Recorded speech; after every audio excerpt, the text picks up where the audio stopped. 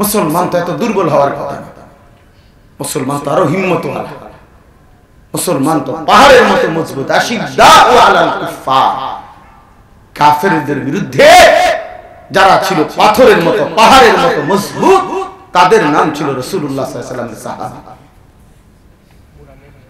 তাই আমরা বন্ধু, আমরা এত অল্পতে তো দুর্বল হয়ে যাওয়ার কথা না, এত সহজে দুর্বল হয়ে যাওয়ার কথা না। এজন্য আমরা প্রত্যেকে ফিকির করি, নিজের আত্মপরিচয় ফিরায় আনে, নিজের ইসলাম ছেড়ে দিয়েন না। এত বড় মালিকের ইহসান বাদ দিয়েন না বন্ধু। ঈমান আল্লাহ দয়া করে দান করেছে, কোনো যোগ্যতা ছাড়া। মায়ের পেটে আমি যেমন জন্ম নিছি, হিন্দু বৌদ্ধ মায়ের পেটে জন্ম নিছি, কিন্তু আল্লাহ তাআলা আমাকে ঈমানের সন্তান বানাইছেন, মুমিনের ঘরে জন্ম দিয়েছেন, আমারে কালেমা উচ্চারণ করার তৌফিক দিয়েছেন সেই ছোট্টবেলায় আমাদেরকে। এর চাইতে বড় মালিকের ইহসান আর কি হইতে পারে? বলেন, এর চাইতে বড় করুণা কি? এই বছর আমি আপনাদের এখানে কখন সময় লাগাইছি? 22 সালে। গত বছর আলহামদুলিল্লাহ আমার চিল্লা সফর ছিল দিনাজপুর। এই গত বছর আগস্ট মাস, হ্যাঁ বুবু যে মাসে ফলাইছে, এই মাসে আমি চিল্লা ছিলাম, বুঝছেন তো?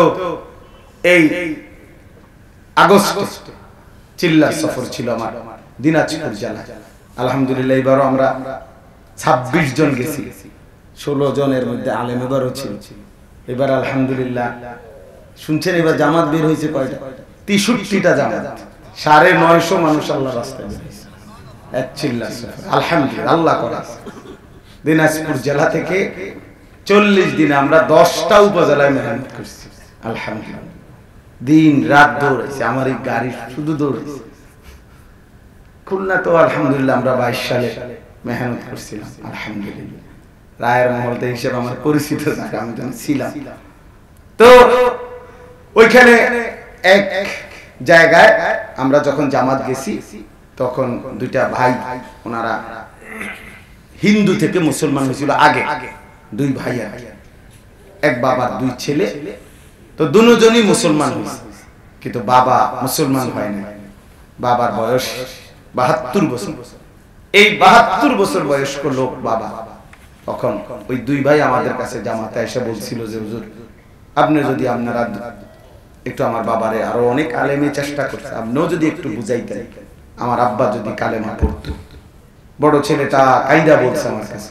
তো আমরা গেছি ওনার কাছে, আমি 3 জন আলেম, 72 বছর বয়স্ক একজন লোক, প্রায় 2.5 ঘন্টা আমরা তারে কালেমার দাওয়াত দিছি, ইসলামের কথা বুঝাইছি।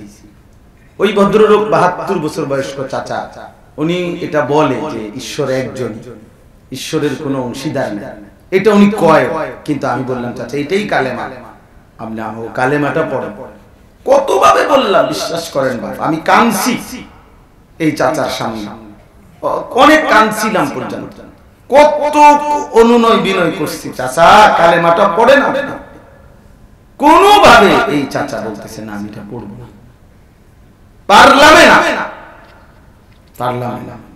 তখন আমি আমার জামাতে আইসা সাথীদের কাছে বলছি যে, তখনও আমার মানে কান্না আসছিল যে হায় দেখেন, এক আল্লাহর বান্দা 72 বছর বয়সে, আল্লাহর এক বান্দা, কোনদিন তার জবান দিয়া তার মালিকের নামটা বের হলো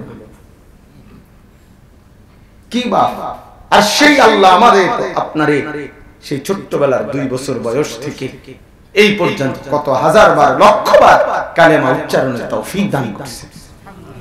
আরে বন্ধু, এই নিয়ামতের শুকর আদায় করবা কেমন? সেই মানুষটা যদি পথহারা হয়, সেই মানুষটা যদি জাহান্নামী হয়, সেই মানুষটার কবরে যদি আযাব হয়, কেমন হবে সে? এই জন্য আমরা অনুরোধ করছি আপনাদের কাছে, আল্লাহর দিকে ফিরে, আল্লাহর দিকে ফিরে। আমাদের এই ওয়াজগুলোর মাকসাদ এটাই ভাইয়া, 1 ঘন্টার বয়ানে পুরা 23 বছরের ইসলাম বুঝাইয়া দেওয়া সম্ভব না। এটা কোনো এমন কোনো ওষুধ না যে একটা বড়ি সবার একটা একটা দিয়া দিলাম। অর্থ হলো আমাদের এই মাহফিল ওয়াজের বয়ানের মাকসাদ একটু বিবেক জাগায়া দেওয়া, দিলটাকে তাজা করা, একটু নতুন করে চেতনা তৈরি করা, অনুভূতি তৈরি করা, যেন আপনি আল্লাহর কথার দিকে, আখিরাতের দিকে জাহান্নাম থেকে বাঁচার জন্য জান্নাতের দিকে একটু মানসিকতা বাড়ে। এই মানসিকতা, বিবেক, অনুভূতি তৈরি করা, এটাই আমাদের মূল মাকসাদ। আল্লাহ তাআলা